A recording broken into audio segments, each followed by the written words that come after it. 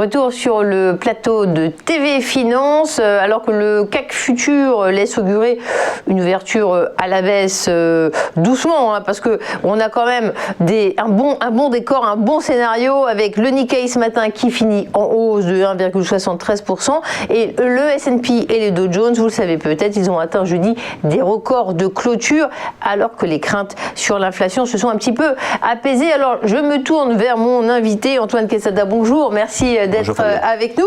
On a ces derniers jours quand même un courant acheteur, hein, parce qu'avec ce plan de budget américain qui a été validé, eh bien l'optimisme revient au premier plan. Effectivement, vous avez des clignotants plutôt ouverts selon votre lecture technique. On serait très pessimiste de dire qu'ils ne sont pas au vert, bien entendu, déjà depuis ce plan de relance américain qui a été adopté, toutes ces liquidités qui arrivent donc sur un marché qui était déjà en bonne santé depuis quelques jours, hein, enfin depuis quelques semaines. Je vous ai présenté ici, et une fois n'est pas coutume, un graphique en chandelier japonais mensuel. Alors, ces dernières semaines, j'avais établi un biseau qui était un biseau d'essoufflement de la tendance à court terme, qui laissait entendre une respiration qui aurait permis à d'autres investisseurs de rentrer sur le marché. Parce qu'il est très inconfortable, paradoxalement, de rentrer sur un marché qui est très fortement haussier, parce que s'il n'y a pas de retracement, il est difficile d'avoir un point précis pour rentrer. Donc, là, je vous ai présenté ce graphique en chandelier japonais mensuel qui est mon plan de fond, je dirais. Et c'est un petit récap. Pourquoi? Parce qu'on a quand même clôturé hier au plus haut de la séance, mais déjà au plus haut de plusieurs semaines, de plusieurs mois. Donc sur ce graphique ici, on voit bien la forte baisse qu'on a connue il y a un an, avec ensuite en novembre une divergence, en mars, une divergence haussière. Quand on regarde ce graphique, on voit bien un segment qui descend sous la courbe des prix, alors que à l'horizontale, à la verticale, on a un segment qui monte sous l'indicateur. Donc cette divergence haussière avait propulsé évidemment le marché vers le haut. Mais rappelez-vous, on calait régulièrement sur 61,8% de Fibonacci pour les personnes qui s'intéressent à l'analyse technique. Donc c'était 61,8% de toute la phase de baisse que nous avions connue l'année dernière.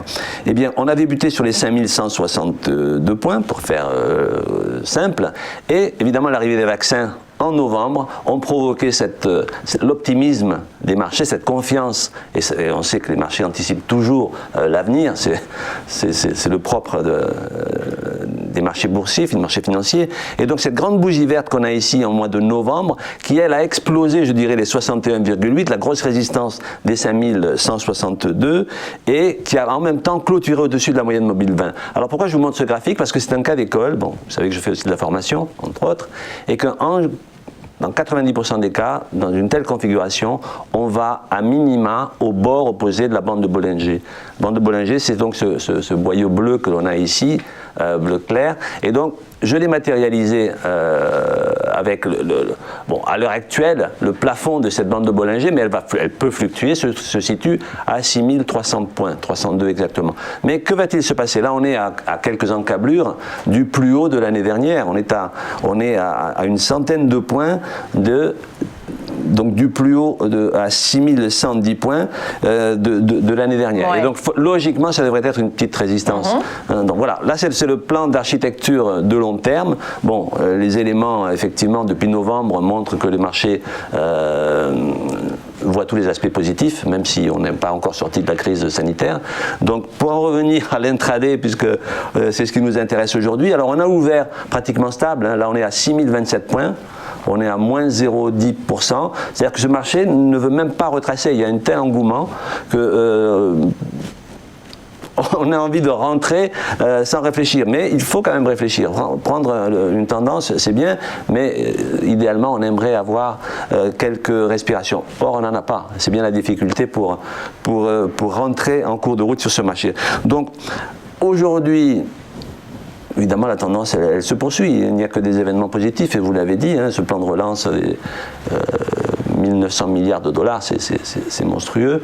Et un sondage a laissé entendre qu'une partie de cet argent qui serait distribué aux Américains serait investi sur les marchés financiers. Donc tout ça contribue à maintenir, à soutenir cette hausse qui effectivement, j'allais dire, n'en finit pas. Alors quelques supports au cas où le marché nous donnerait cette possibilité, donc de retracer légèrement, je parle là en intraday, pour rebondir. On aurait les 6020 points, mais là on est encore au-dessus, 6020 points qui serait un point d'entrée de très court terme pour reprendre cette tendance en intraday. Sinon on aurait un support à 5995, autant dire les 6000 points.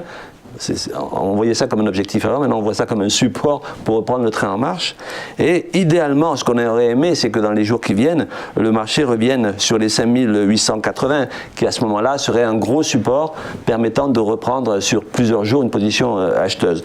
Donc en clair, le biseau que je vous présentais ces dernières semaines, alors que traditionnellement on en sort un peu par le bas, qui matérialise un essoufflement d'une tendance de court terme, on est quand même sorti par le haut. Là, je dirais que les marchés européens, enfin en tout cas le CAC, se comportent, travaillent un peu à l'américaine.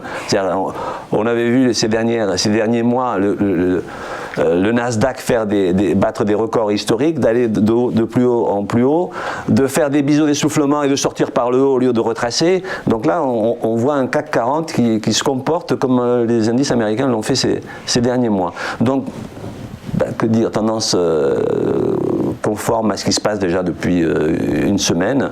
Donc objectif dans les jours qui viennent, les 6110 points, qui représentent donc le plus haut de l'année dernière, exactement, qui normalement devrait ramener, susciter des prises de bénéfices, en tout cas, de tous ceux qui ont pris le train en marche. Merci Antoine Quesada. Effectivement, je rappelle, vous êtes formateur, trader chez AQTS.fr. Et moi, j'ai entendu, j'adore quand les indices français font comme les indices américains. Il y a tellement de potentiel de hausse qu'on n'a pas toujours eu par rapport aux États-Unis. Ça va venir. Merci pour cet entretien. On se retrouve dans un instant pour la rubrique des Market Movers. Restez avec nous.